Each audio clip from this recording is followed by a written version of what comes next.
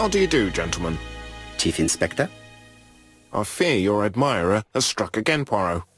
We haven't yet identified the victim, but it's a young woman, 20 to 25 years old. Death occurred last night between 11:30 and 1 o'clock, and we found an ABC guide on the body. Was she pretty? Come on, Poirot, that's rather out of place. It has no bearing on the murder. Are you certain? For women, it is often the most important thing. It often decides their destiny. The body hasn't been moved. You can see for yourself. Has the press been informed? Not yet, but I'm planning to. I haven't yet informed them about the presence of the ABC guide in Andover. Nobody has reported a young woman missing? Not for the moment. No witnesses, I imagine? Indeed. We've asked everybody who may have met a young woman fitting her description last night to come and see us, but I have little hope of gaining anything from it. It's early days, Chief Inspector, and the news may not have spread around the town yet. I hope you're right, Hastings.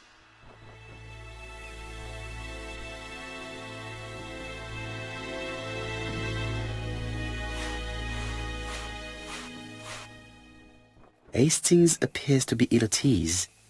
He appeared to be relatively indifferent to Mrs. Asher's murder, but a young woman's murder seems to be troubling him greatly.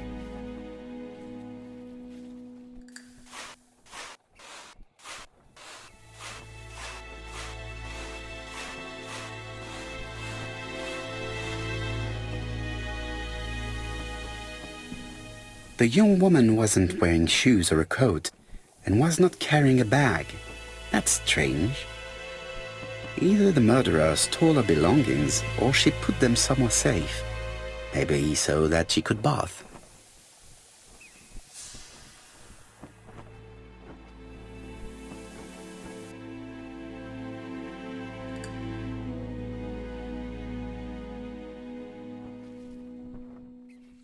The guide is open at the page for the Bexhill train times.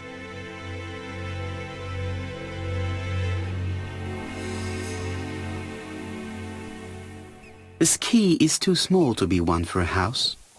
Without a doubt, it is for a padlock. These marks have been left by a rope or a braided cloth. She was a great beauty. Strange that chap didn't notice it. Apart from the marks on her neck, there are no signs of the struggle. She didn't manage to hit her assailant. A braided seat belt. It may have belonged to the victim. Let us now try and get our brain cells to work.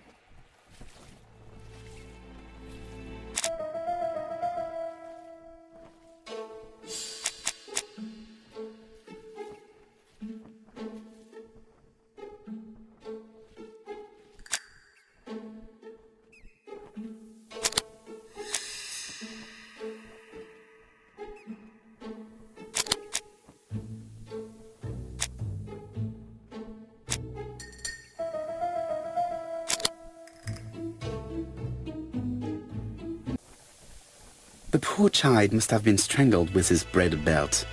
Unfortunately, in view of the fabric, it is unlikely that we will find any prints. Let us now try and get our brain cells to work.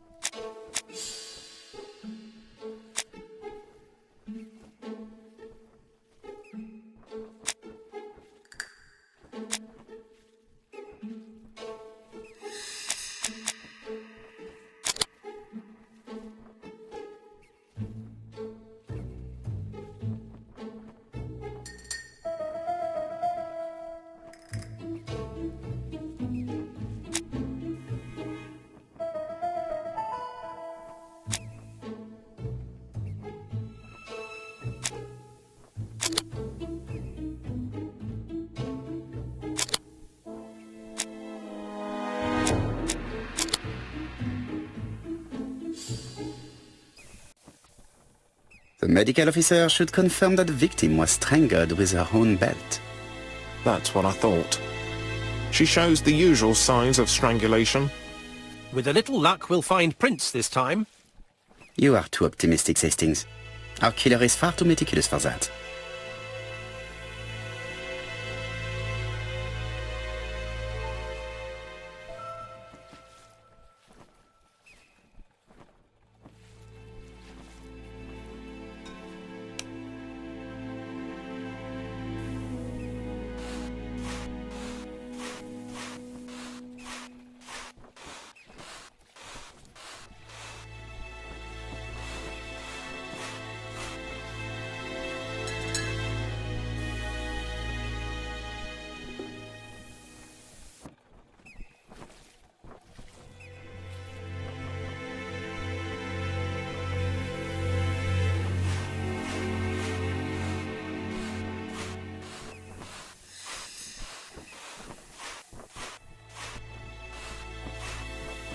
This hut is locked.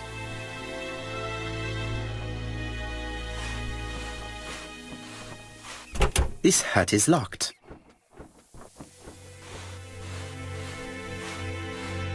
This hut is locked.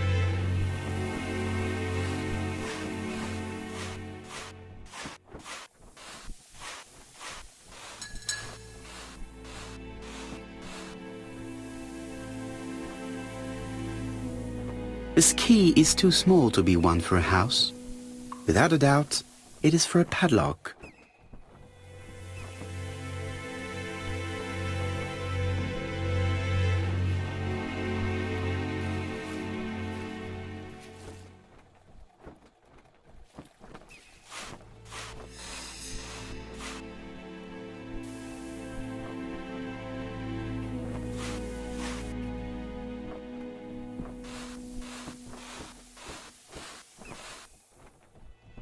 The key does not fit the lock.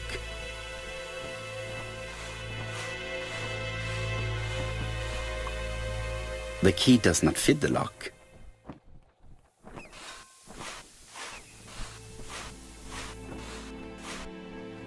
The key does not fit the lock.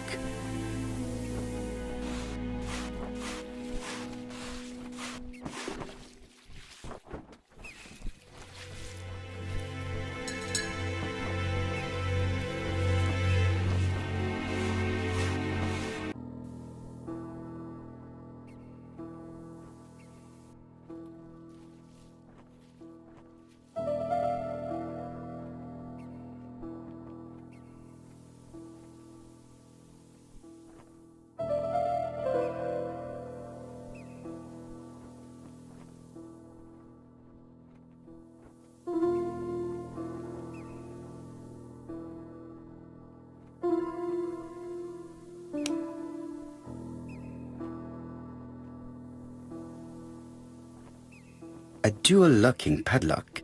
I need to find the code and then insert a key.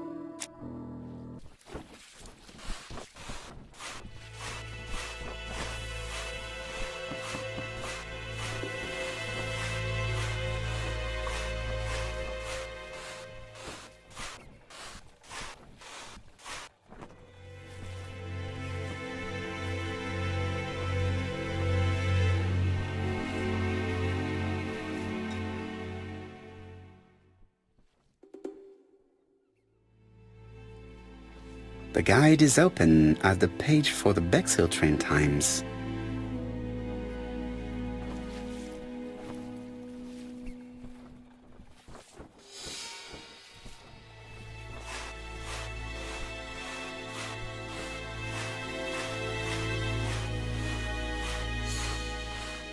I fear that this case is far from being solved. Come on, Poirot. You'll find the killer. Certes. But how many times will he kill before I do?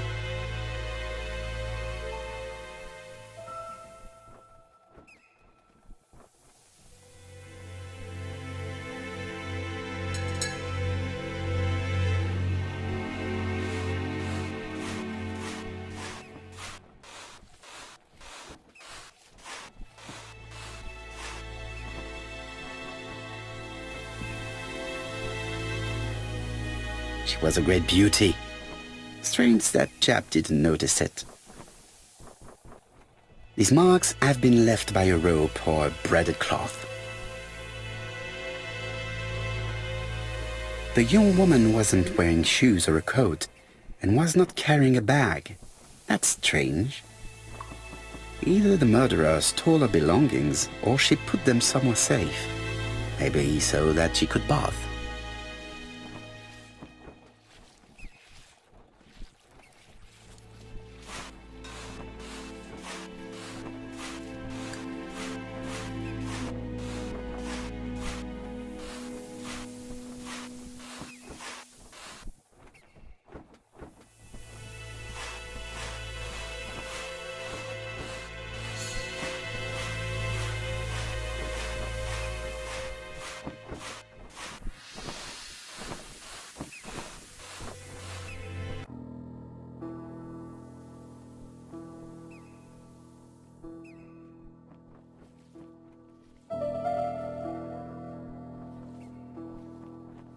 A dual locking padlock. I need to find the code and then insert a key.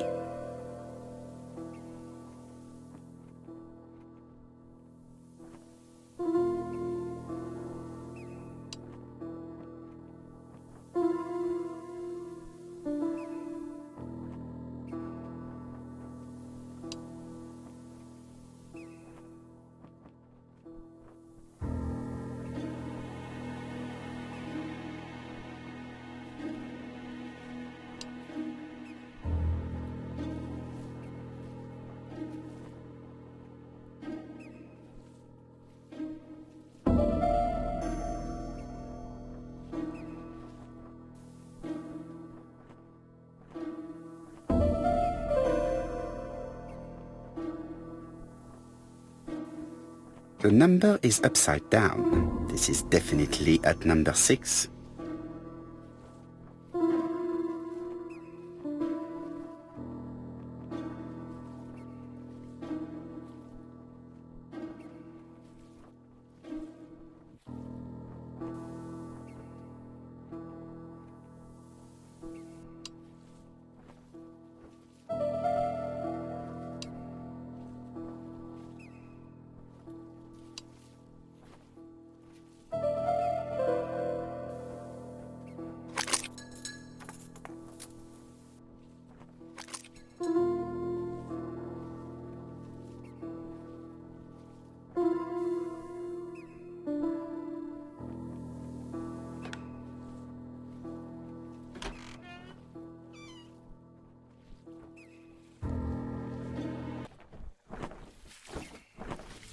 It definitely was here that the victim left her belongings.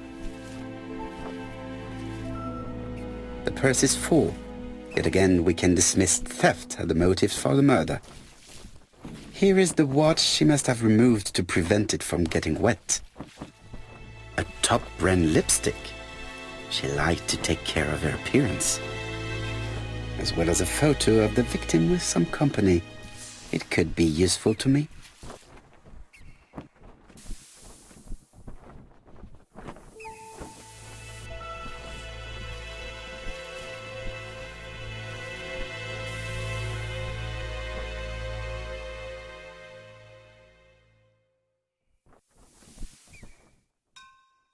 Betty's first day at work. Mom is very proud of you. Elizabeth Barnard, 7 August 1931. So, the young lady did have a name starting with B, and she worked as a ginger cat, an establishment that must be slightly further along the beach.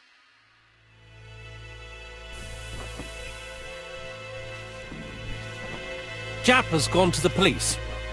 The victim has been identified and her family had reported her disappearance. She was called?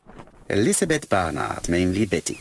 She worked as a ginger cat at the cafe slightly further along the beach. But Poirot, how on earth? Never mind. Do you have her address? Yes, she lived with her parents on the street leading to the beach, number 22. Shall we go? You are far too impatient, Hastings. Let the poor people take in the news first. Let us go and visit the cafe where Betty worked.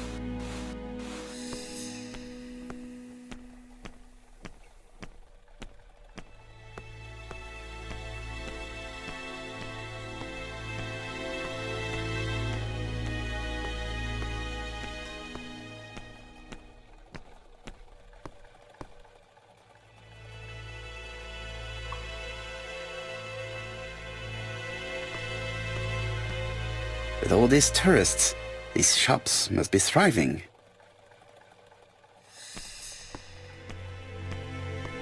I fear that this case is far from being solved. Come on, Poirot. You'll find the killer.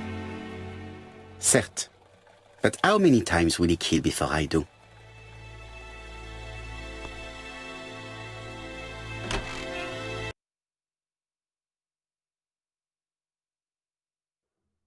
I'll be with you in a minute, gentlemen.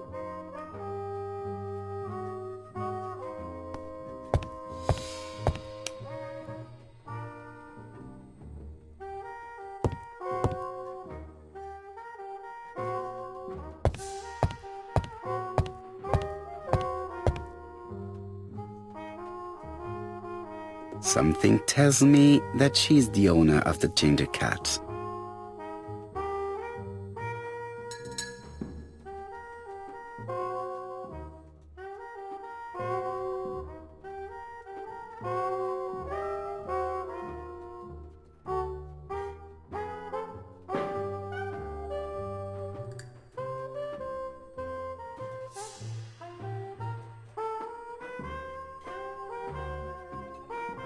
This woman must be the owner of the ginger cat.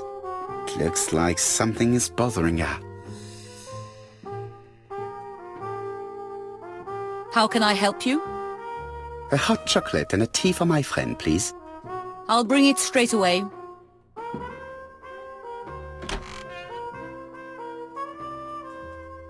What a pity. I don't have any change to make it work.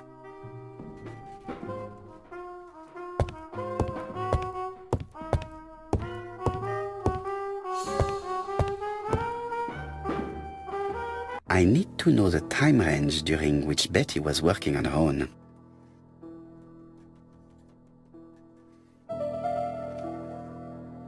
These are the different waiting staff's bills. Which ones were written by Betty?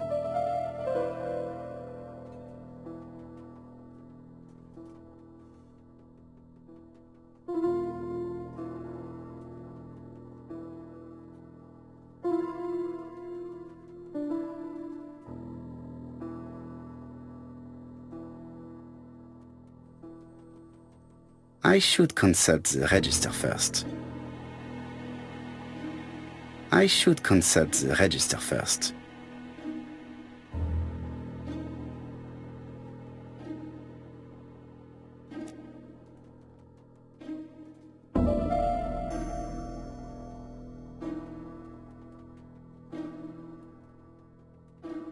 Where is Betty? Betty worked from 11 a.m. to 7:30 p.m. Would she have been alone at any time during her service? Betty worked from 11 a.m. to 7:30 p.m. Would she have been alone at any time during her service?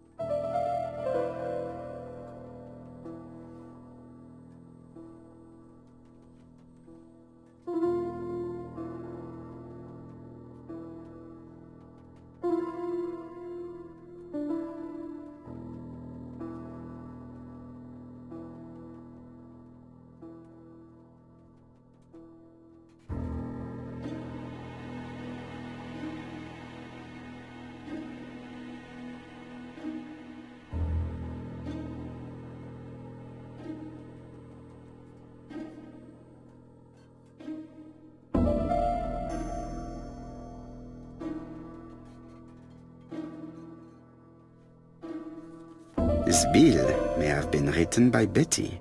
There is probably another one.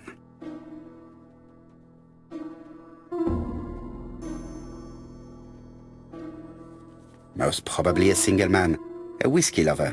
Maybe the murderer? No, something's not right. Betty was alone at just one of these 2 times.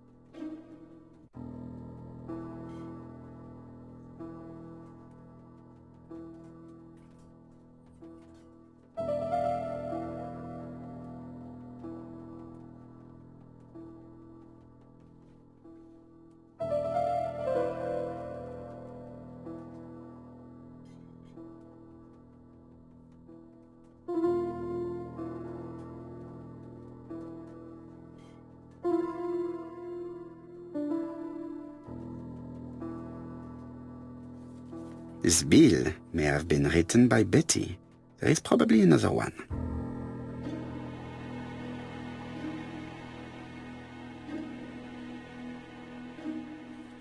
Betty wasn't serving on her own at these 2 times. Let's keep searching.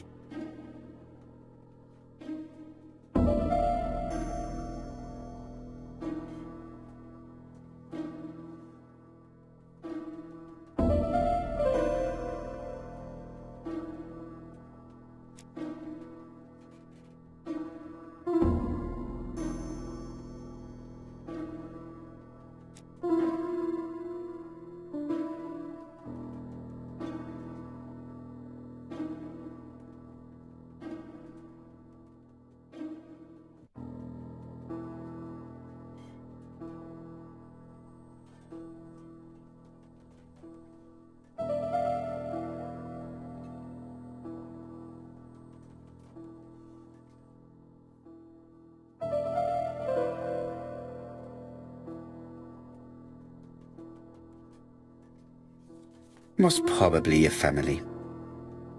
This bill may have been written by Betty. There is probably another one.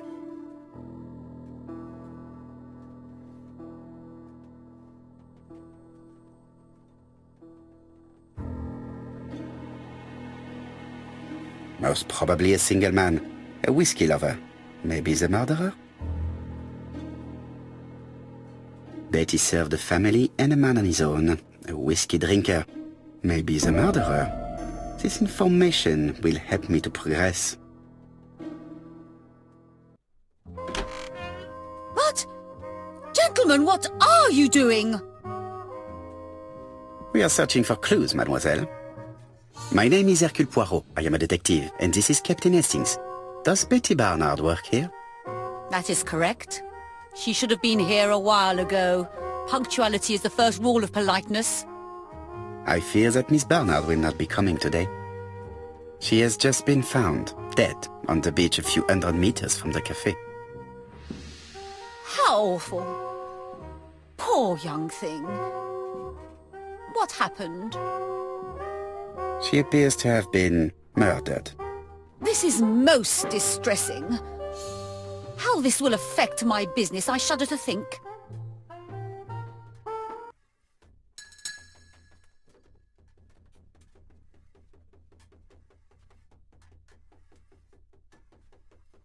What can you tell us about Miss Barnard?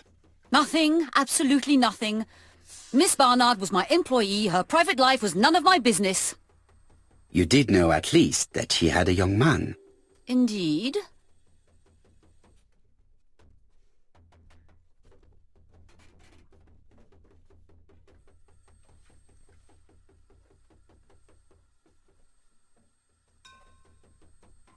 Do you think he could have harmed her? I repeat, I wasn't on close terms with Betty, and even less so with her fiancé. How do you expect me to answer such a question? Now, please excuse me, I have work to do.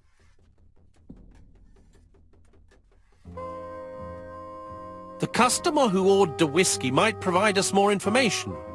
He may have been the last one to see Betty alive. It is an interesting idea, Hastings. Maybe he is a regular guest. What do you think, mademoiselle? I don't think so. Our regular guests tend to order tea and cakes. At this time of the year, there are a lot of tourists about you never see again. That's what I thought. Time to visit Betty's home.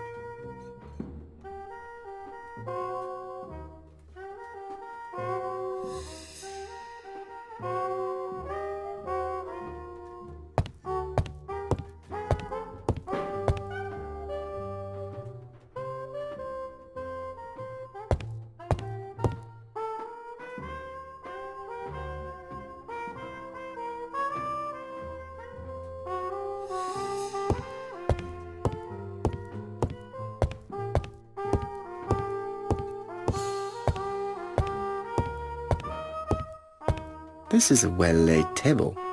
Nothing is out of place and, above all, no creases.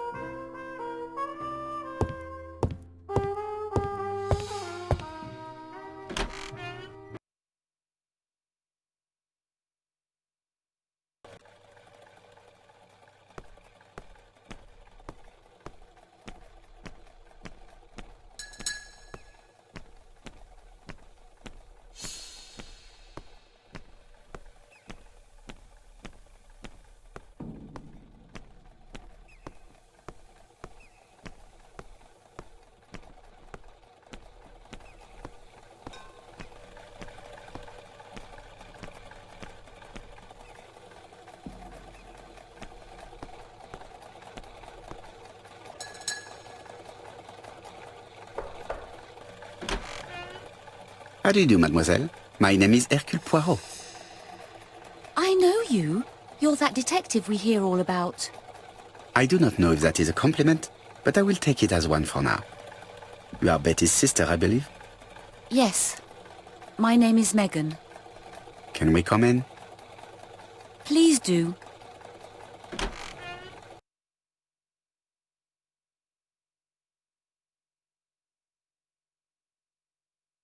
My parents are at the police station. I doubt they'll be up to speaking to you later. Do not worry, we will not bother them. Did you know your sister's plans for yesterday evening? No. I arrived by train this morning. My parents called me in a panic when they discovered that Betty had disappeared. She went out last night, but she didn't tell them where she was going. What was your last conversation about? Her new dress.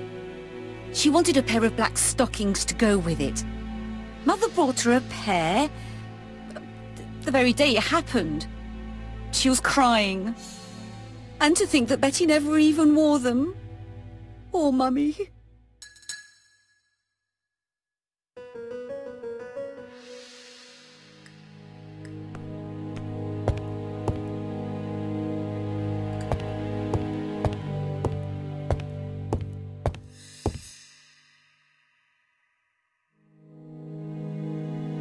This gramophone is magnificent. It is a one-off, without a doubt.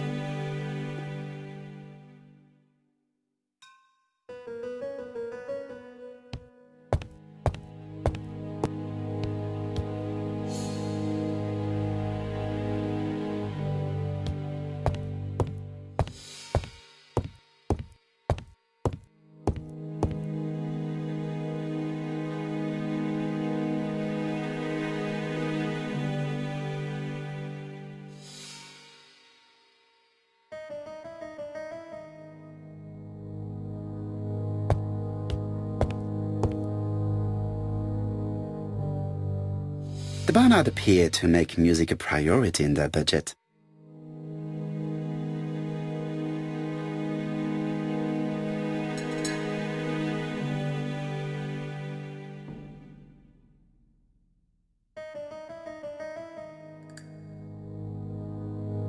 Their home is modest, but the Barnards are definitely music lovers.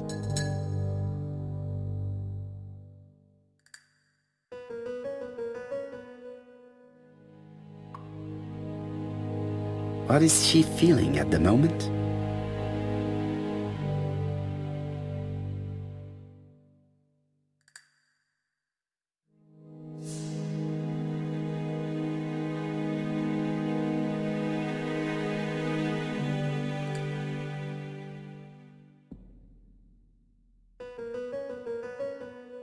Betty's older sister is not just sad, she is angry.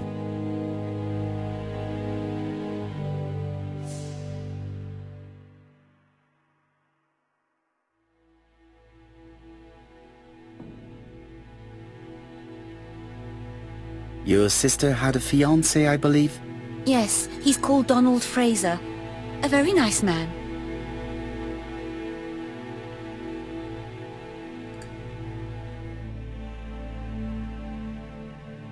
Do you know where we might find him? He works at the estate agent's, Corton Brunskill.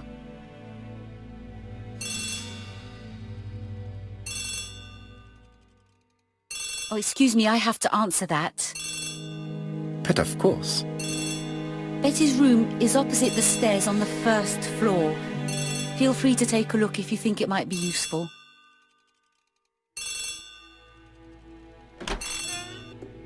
This young woman is far too clever not to have anything else for us. Do you think she's hiding something? That is what I'm trying to find out. Surely you don't think she did it? I did not say anything of the sort. But young women always ruin your judgment, Hastings. Who knows, maybe Megan was jealous of her attractive young sister. I see. She may have had her sights on the inheritance. Or maybe she was in love with Donald Fraser. We have to study all scenarios, even the most unlikely. But I doubt that Mr. and Mrs. Barnard are rich enough to justify murder. While I try and get Miss Barnard to talk, I would like you to try and find Donald Fraser. He should be easy to find the estate agents where he works. Bring him to the Ginger Cat. I would like to talk with him before the Chief Inspector finds him.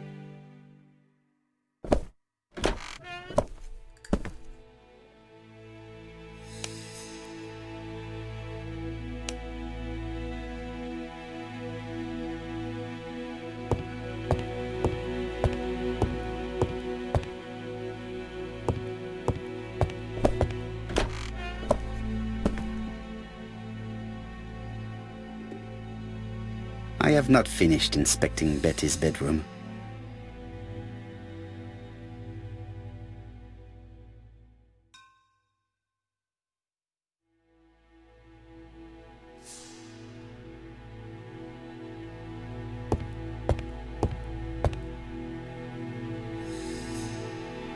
It looks like Betty was also a music lover, the same as her family.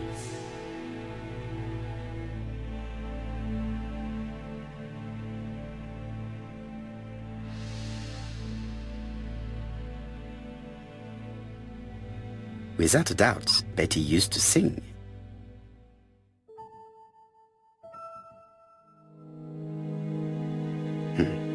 A box of new stockings.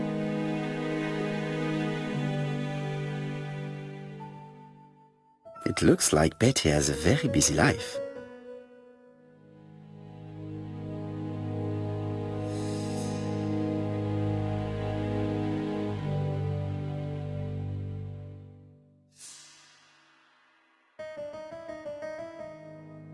Betty liked luxury and going out, and being as pretty as she was, she probably did not have any problem getting herself invited.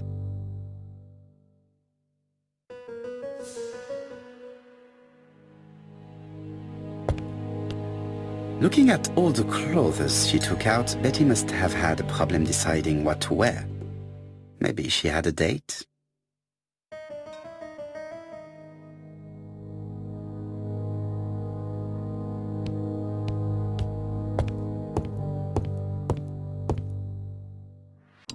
Something on this clock bothers me.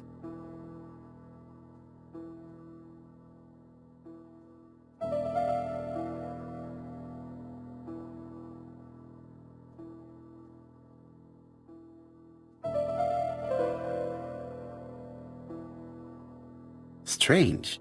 A sheet of paper is blocked in the clock. This wooden panel is blocked. I can't open it.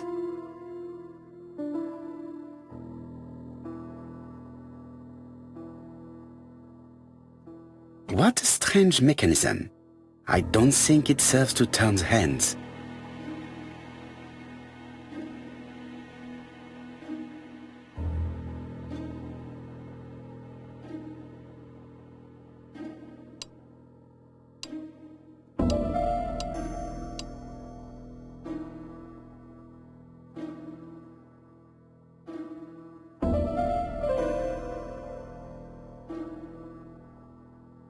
The cogs are blocked by these wooden panels.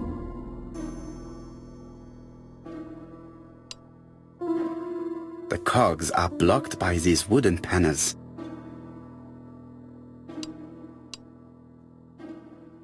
The cogs are blocked by these wooden panels.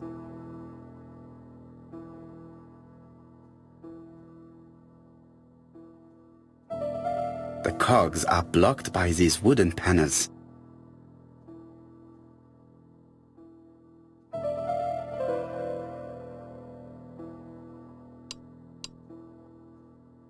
The cogs are blocked by these wooden panels.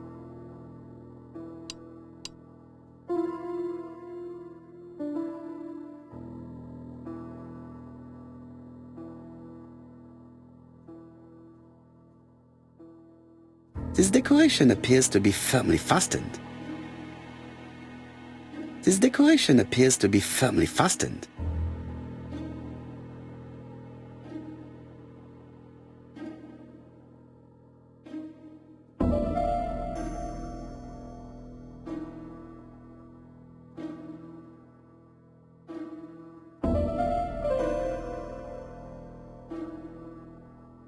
This metal disc is stuck.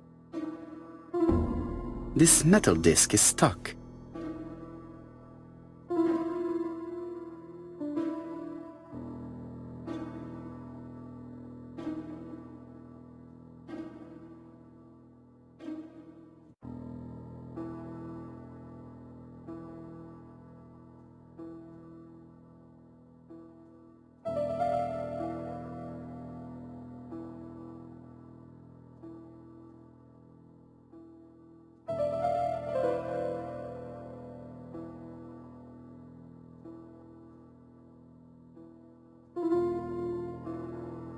There, that's better.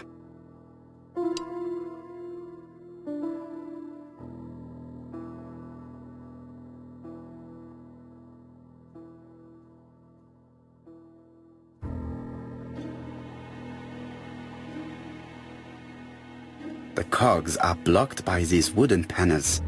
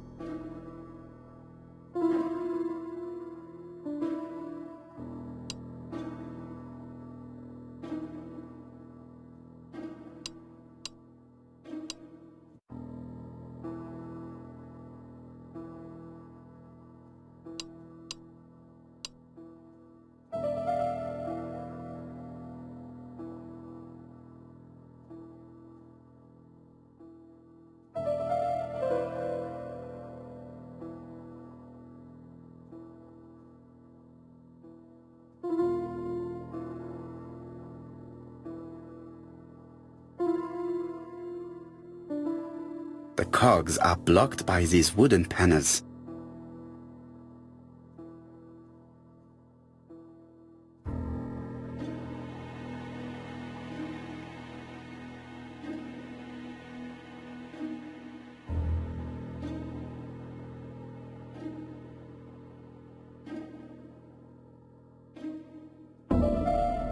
This wooden panel is blocked. I can't open it.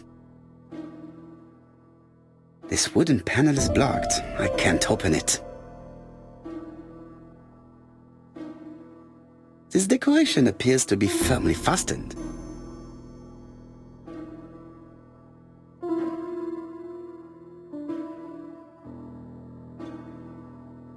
The cogs are blocked by these wooden panels. The cogs are blocked by these wooden panels. The cogs are blocked by these wooden panels.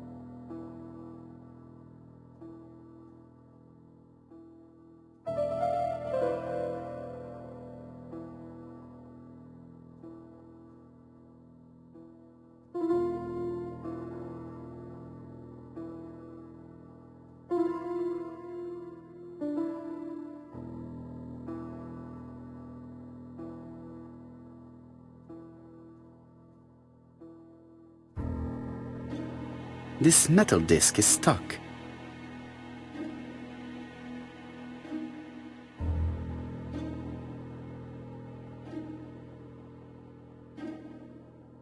This wooden panel is blocked. I can't open it.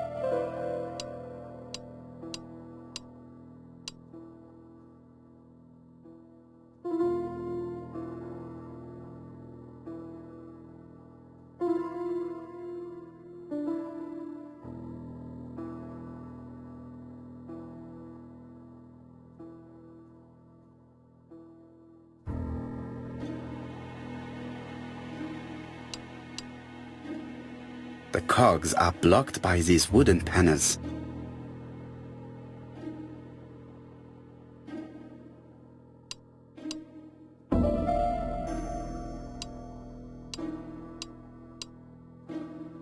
The cogs are blocked by these wooden panels.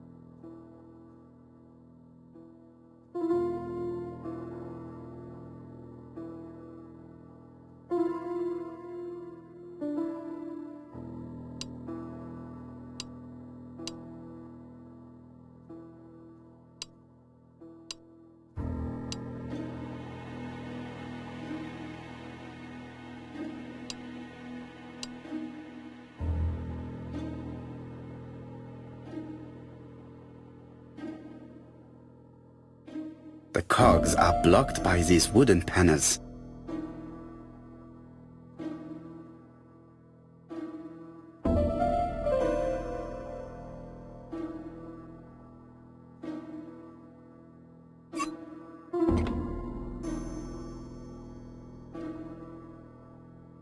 The cogs are blocked by these wooden panels.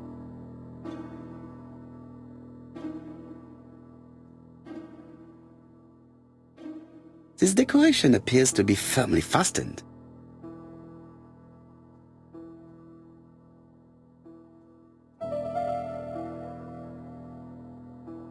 This decoration appears to be firmly fastened.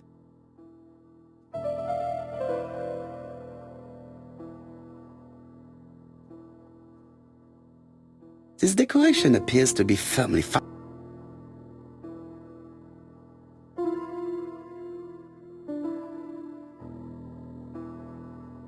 This wooden panel is blocked. I can't open it.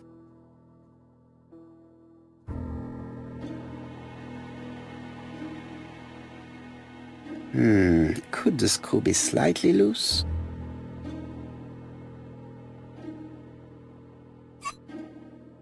Good. It should be possible to open the wooden panel.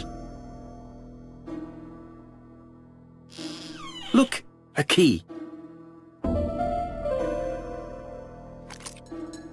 This could be useful.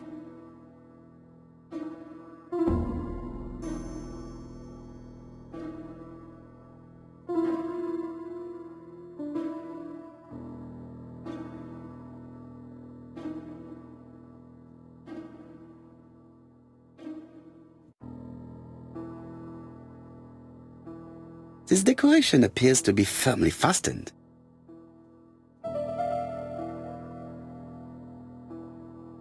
This decoration appears to be firmly fastened. This wooden panel is blocked. I can't open it.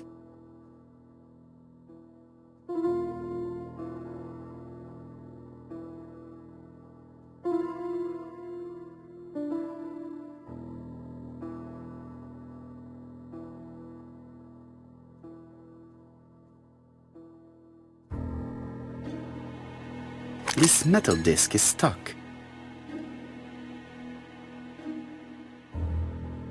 This metal disc is stuck.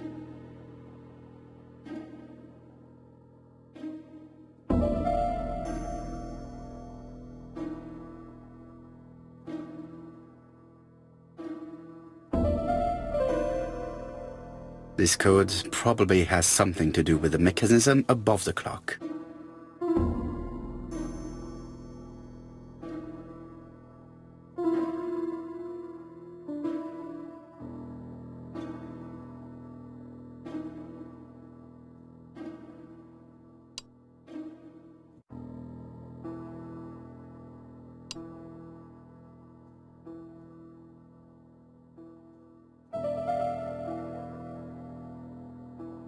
The cogs are blocked by these wooden panels.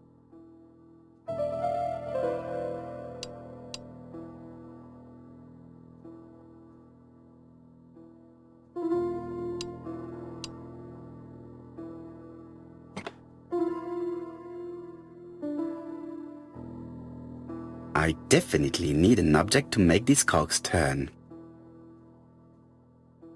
I definitely need an object to make these cogs turn.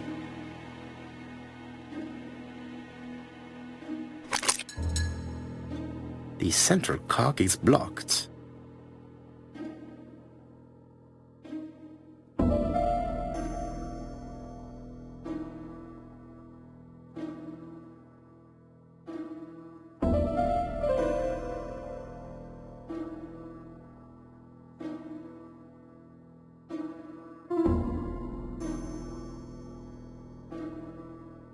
This metal disc is stuck.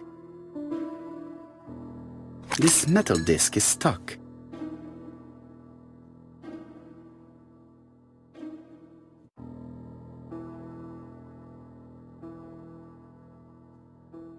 I definitely need an object to make these cogs turn. No, the key does not fit this cog.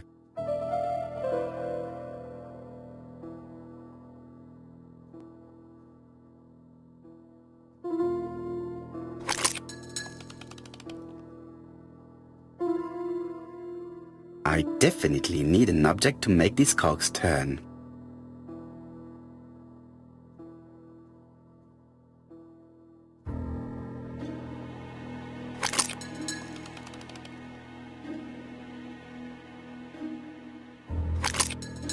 Ah! Something clicked on the front of the clock.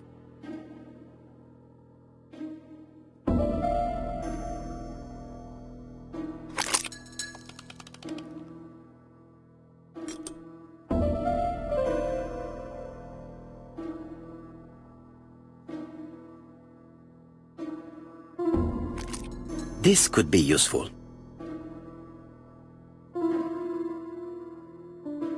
Betty, I enjoyed a wonderful evening in your company, and I hope that we will see each other again very soon.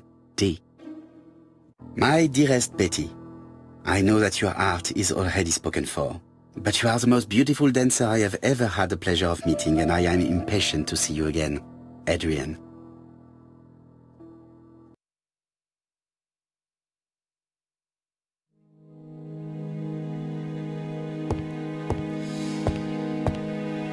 A record sleeve with an handwritten title. Betty must have recorded the demo. I'd be interested to hear it.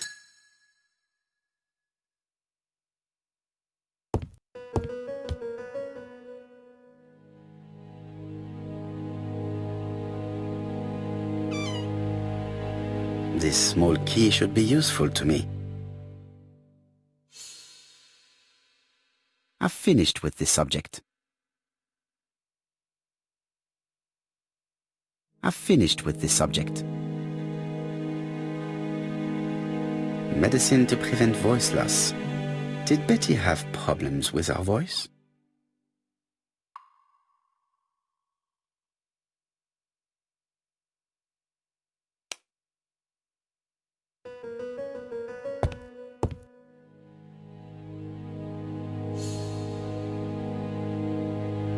A record sleeve with an handwritten title. Betty must have recorded the demo. I'd be interested to hear it.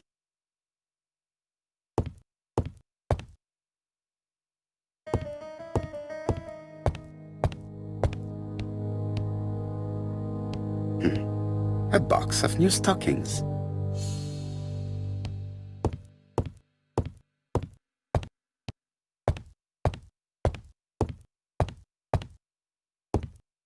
Without a doubt, Betty used to sing.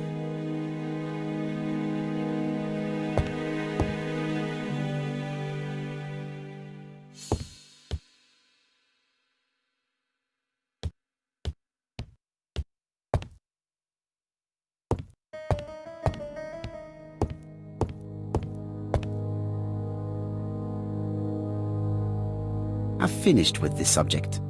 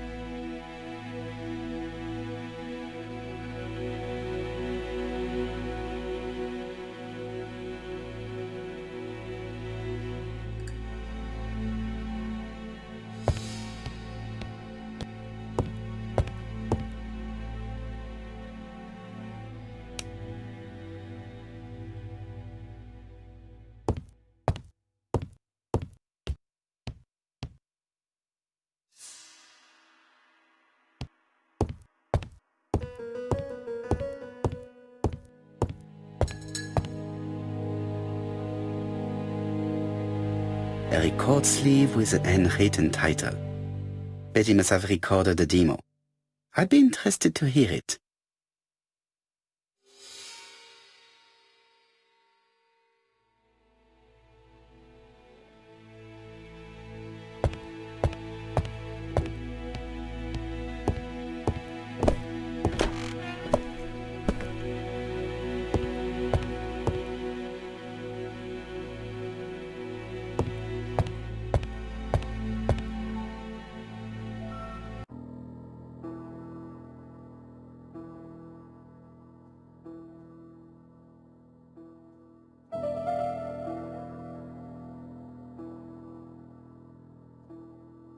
Let us see. What is this cupboard hiding?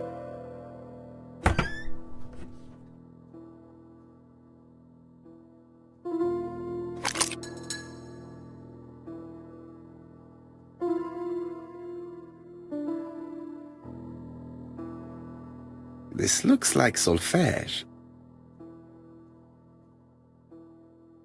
This looks like solfège.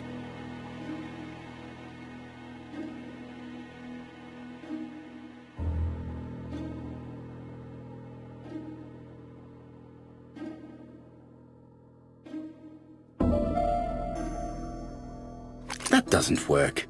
I must have forgotten a step.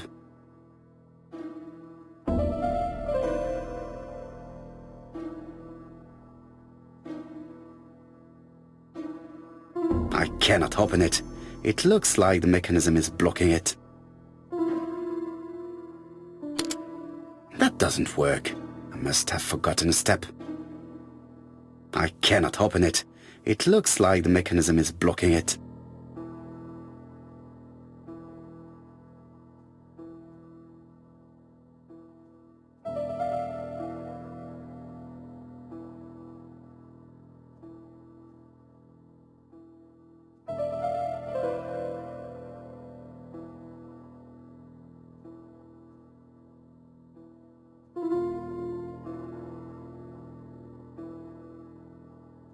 I cannot open it.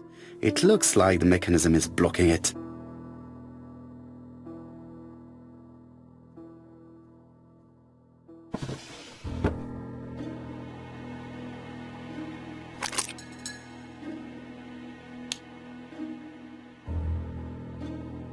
There is bound to be a clue somewhere.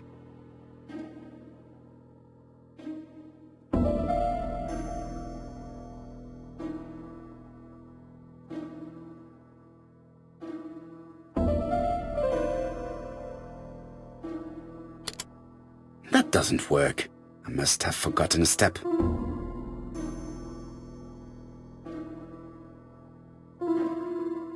I cannot open it. It looks like the mechanism is blocking it.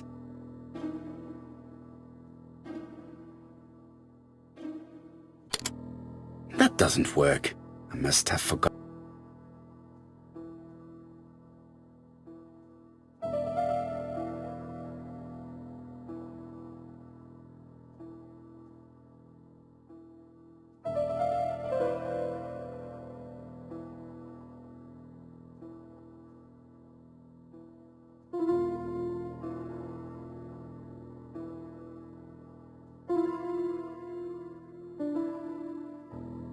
I cannot open it. It looks like the mechanism is blocking it.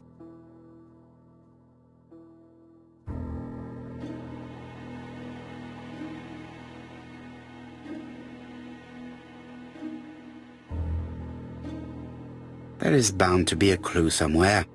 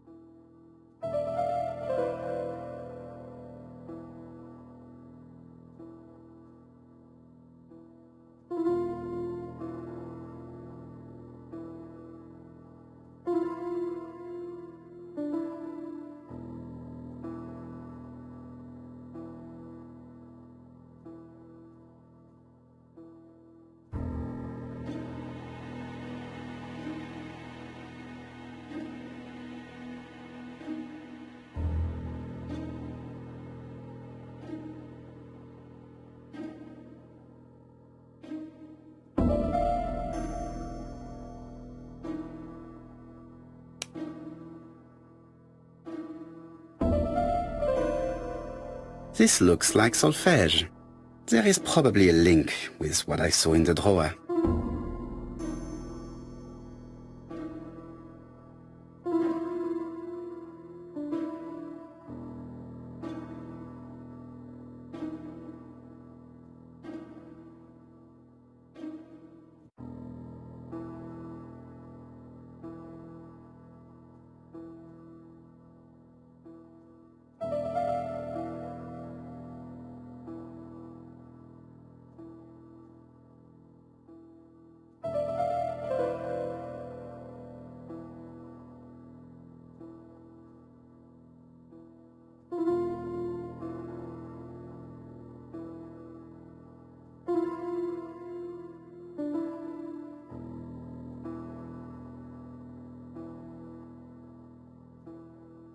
There is bound to be a clue somewhere.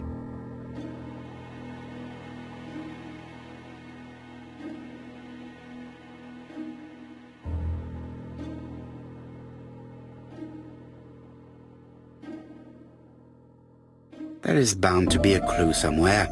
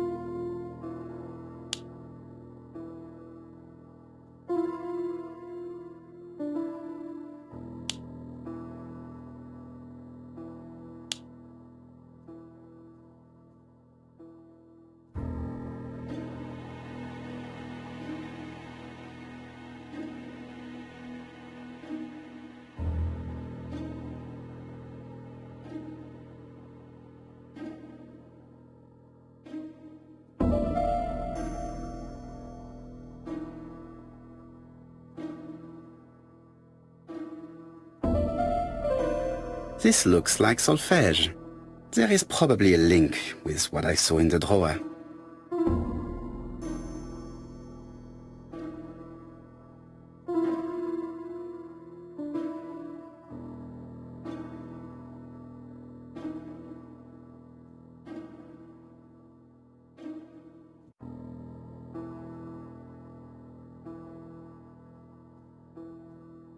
This looks like solfège. There is probably a link with what I saw in the drawer.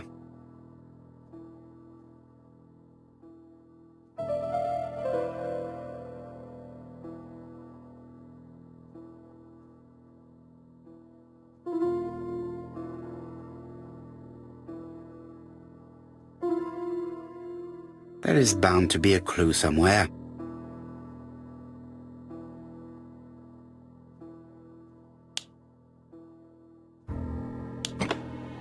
I heard the sound of a mechanism being triggered.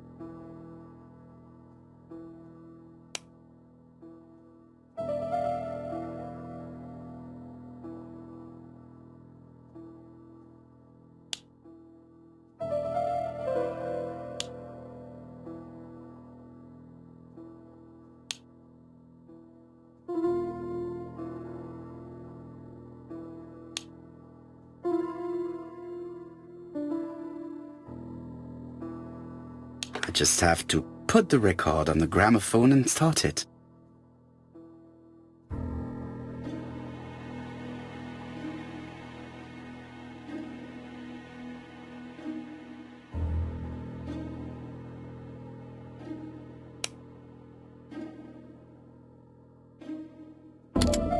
That doesn't work.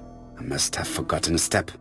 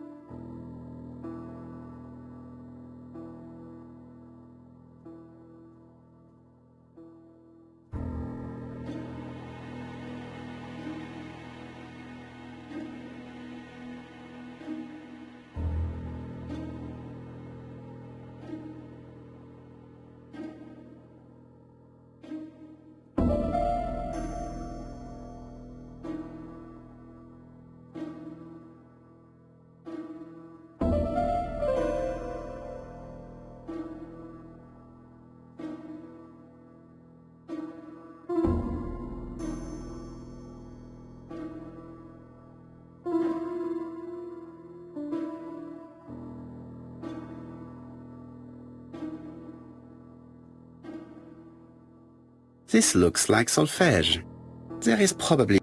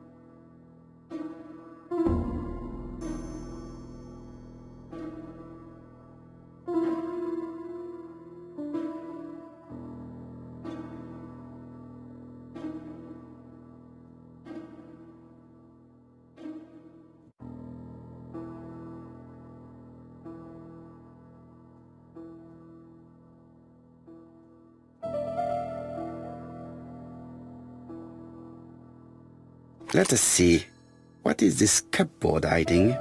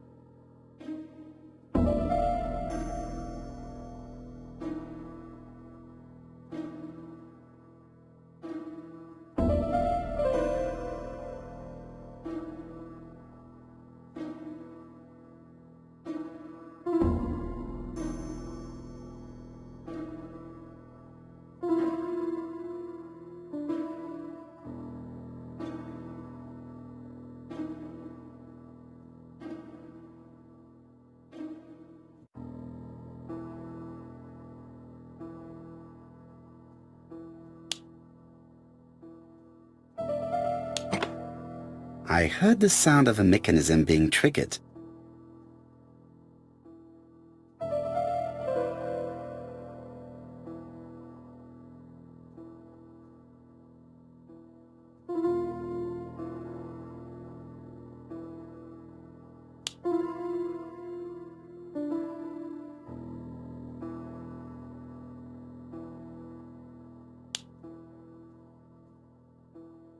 I just have to put the record on the gramophone and start it.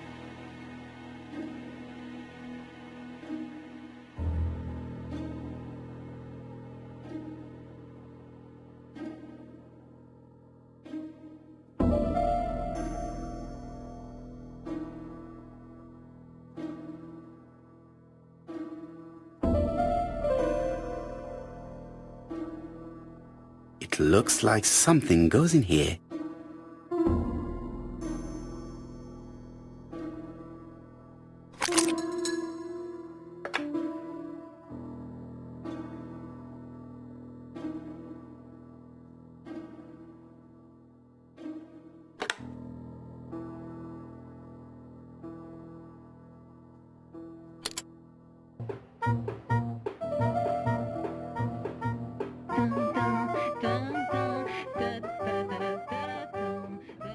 Oh, Donald! We're in the middle of recording. Sorry, Betty, but it's not wise. The doctor said you should rest your voice. You're such a killjoy sometimes.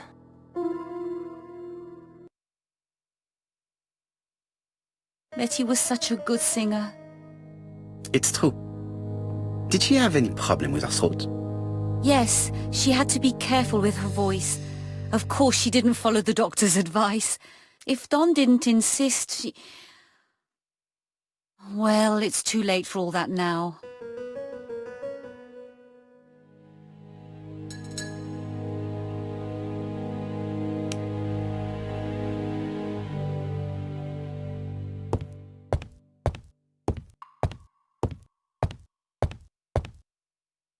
Family photos and files.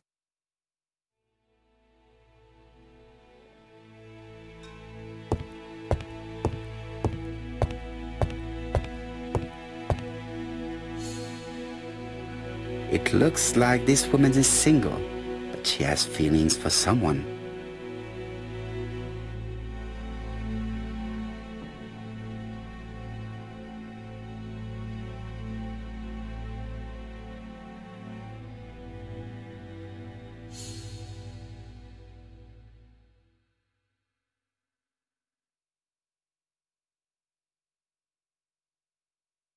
She is looking so intensely at this photo.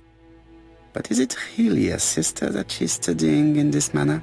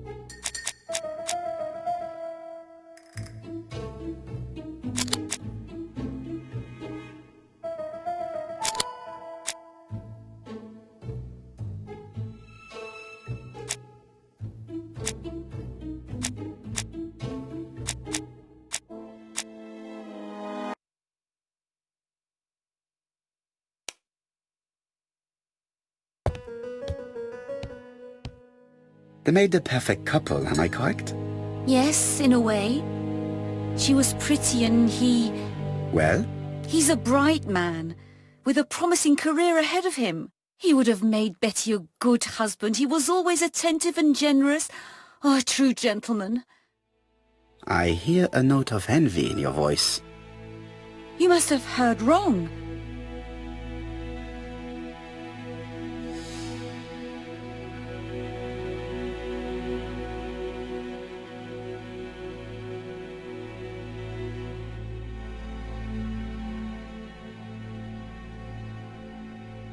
You have not mentioned Donald's jealousy.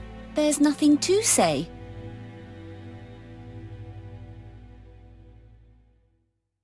I am not your enemy, Mademoiselle Bernard. And you are not my friend either, Mr. Poirot, sir. Yes, but your lies are not helping Mr. Fraser, or you for that matter.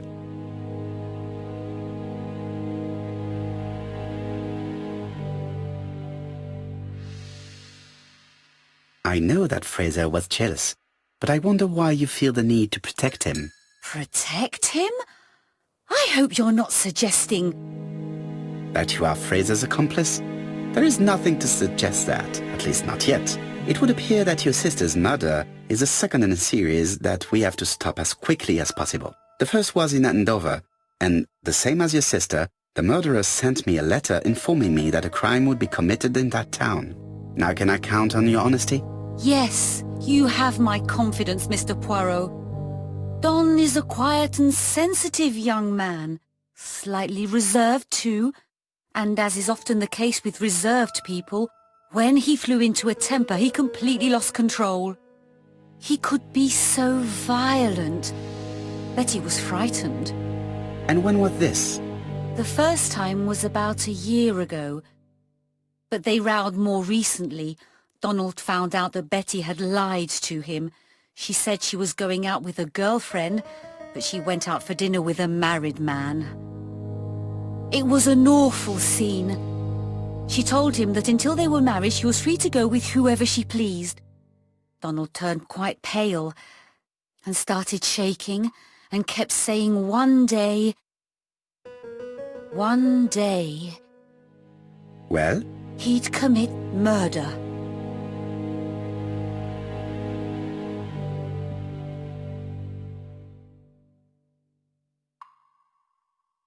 Do you think that is what happened? No, Mr. Poirot, I don't believe that. You yourself said he may be a recidivist madman. Don loved Betty with all his heart. I can't imagine for one instant that he would hurt her. Very good, Mademoiselle Bernard. Thank you for your help.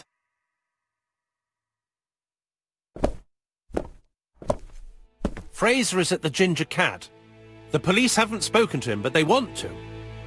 Très bien, Hastings. Let's see him now. Au revoir, mademoiselle. My deepest condolences to your parents.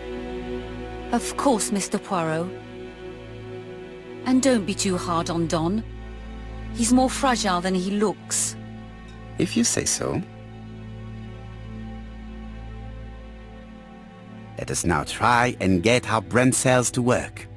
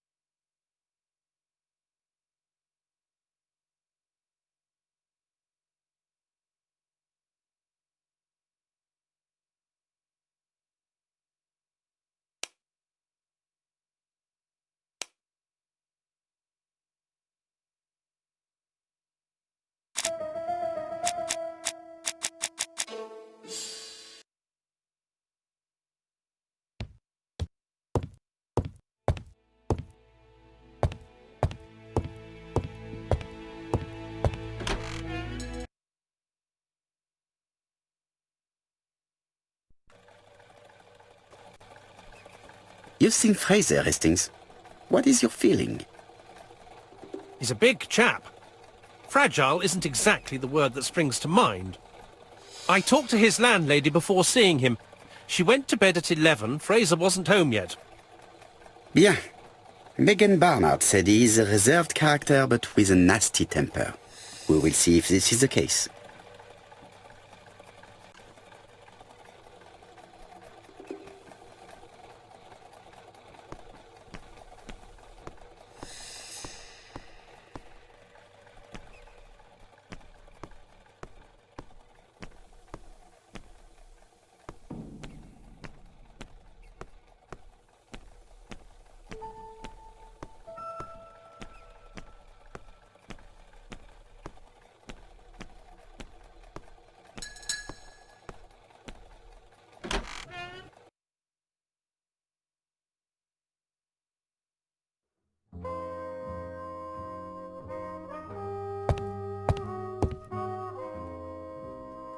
How do you do, Mr. Fraser? You Hercule Poirot. Mr. Hastings said you wanted to speak to me. Yes. I know that it may not be the right time, but I would like to ask you a few questions.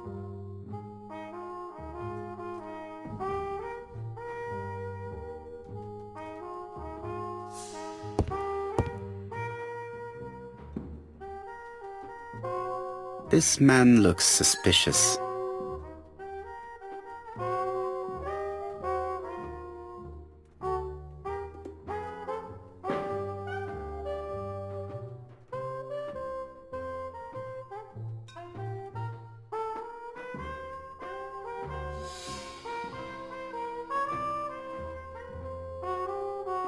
Leave me alone.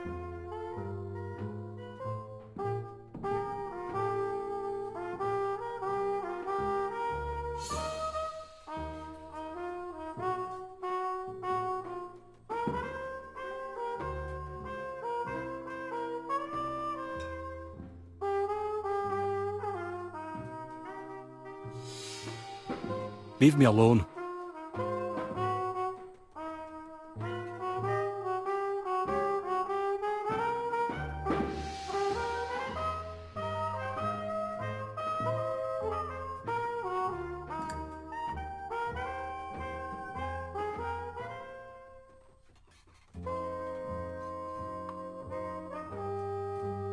Leave me alone. Donald Fraser is in a terrible state, as if he hadn't slept all night. And he's drinking White Horse. Leave me alone.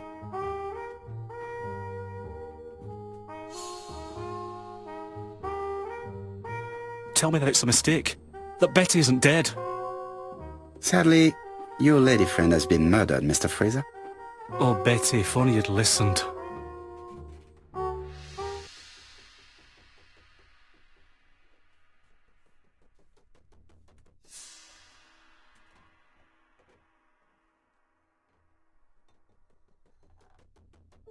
Did you visit Betty yesterday afternoon?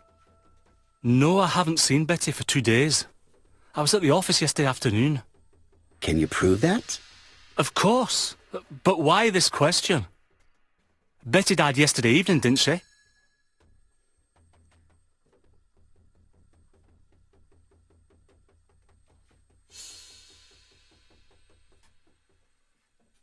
Betty was murdered during the night, but that does not prove that she did not meet her murderer earlier in the day.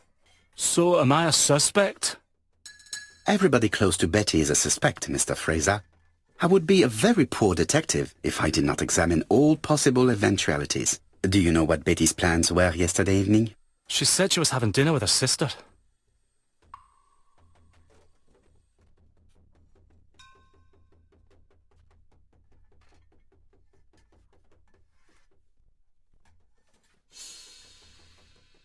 Yet, Megan only returned to Bexhill this morning, Mr. Fraser.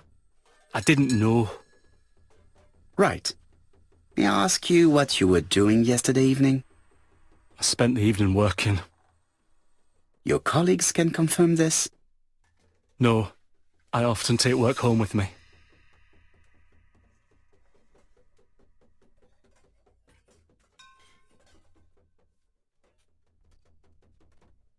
Therefore, you have no alibi, Mr. Fraser. That's right. But that doesn't make me a murderer, Mr. Poirot. I would like you to leave now, please.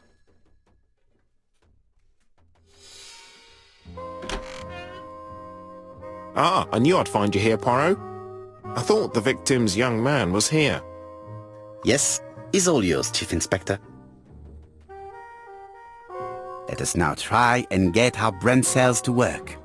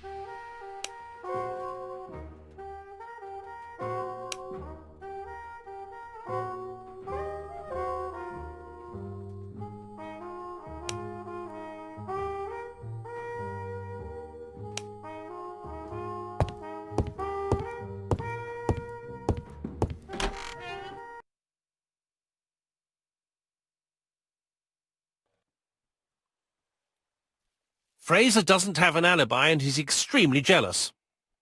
You are very skilled at summing up. And yet you haven't asked Japp to arrest him. It is too soon. But I agree, without the letters announcing the crimes, Fraser would already be behind bars. Bon, I think we have enough elements. Let's reconstruct the events at the scene of the crime. I can't imagine how the murderer wasn't seen, though. Surely she must have struggled. Let us try and imagine the scene.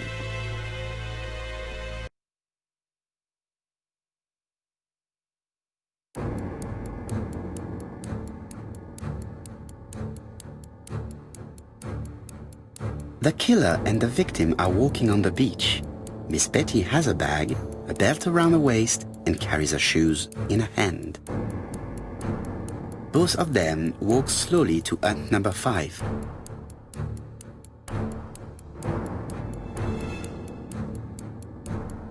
Both of them walk slowly to hut number 6.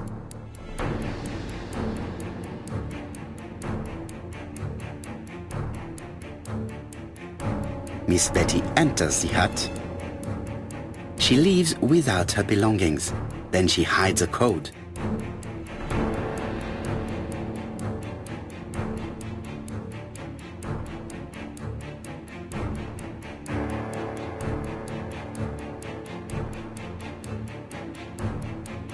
They keep walking.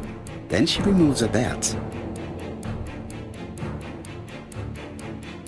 The murderer moves behind her and then attacks her by surprise. The body falls, lifeless, on the sand. Everything appears to match the crime scene, mon cher Hastings. That is exactly what happened.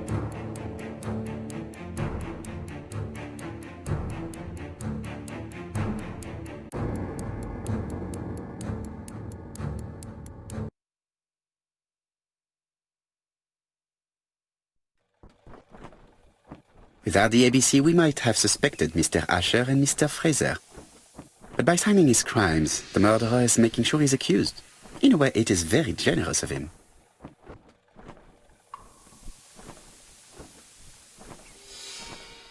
Indeed, the young woman was certainly careless, but not stupid enough to follow a stranger.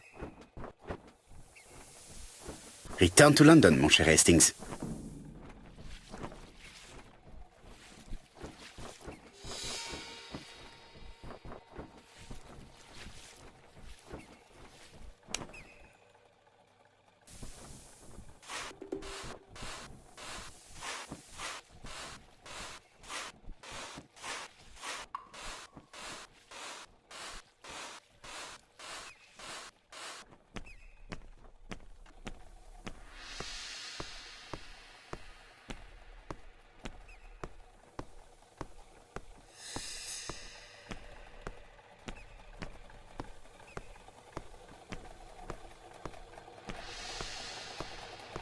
Right, back to London.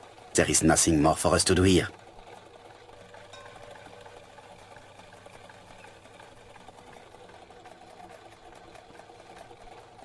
Right, back to London. There is nothing more for us to do here.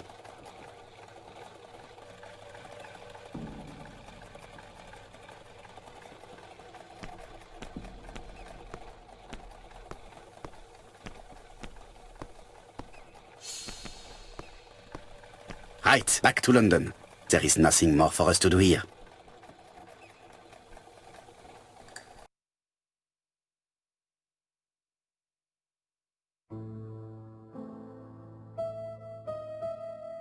Jap has decided to reveal details to the press. The alphabet murder is now famous. It is not a bad idea. The more people who know, the greater our chances of finding out something of interest. Poirot, I have a bad feeling.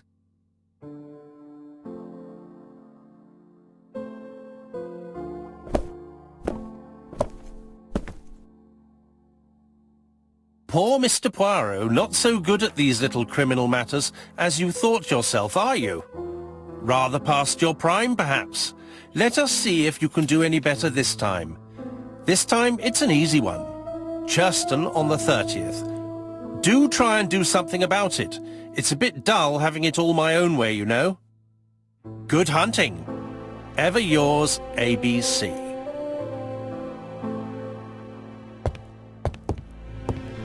Good hunting.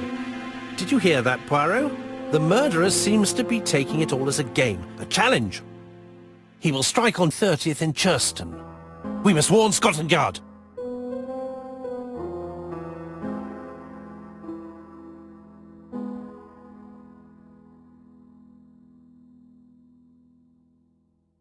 By the way, Hastings, what day is it? Well, looking at the calendar, it's the 30th. No time to lose. We must prepare our suitcases for Churston. Mon Dieu, it is already 10 o'clock. I will call Scotland Yard immediately.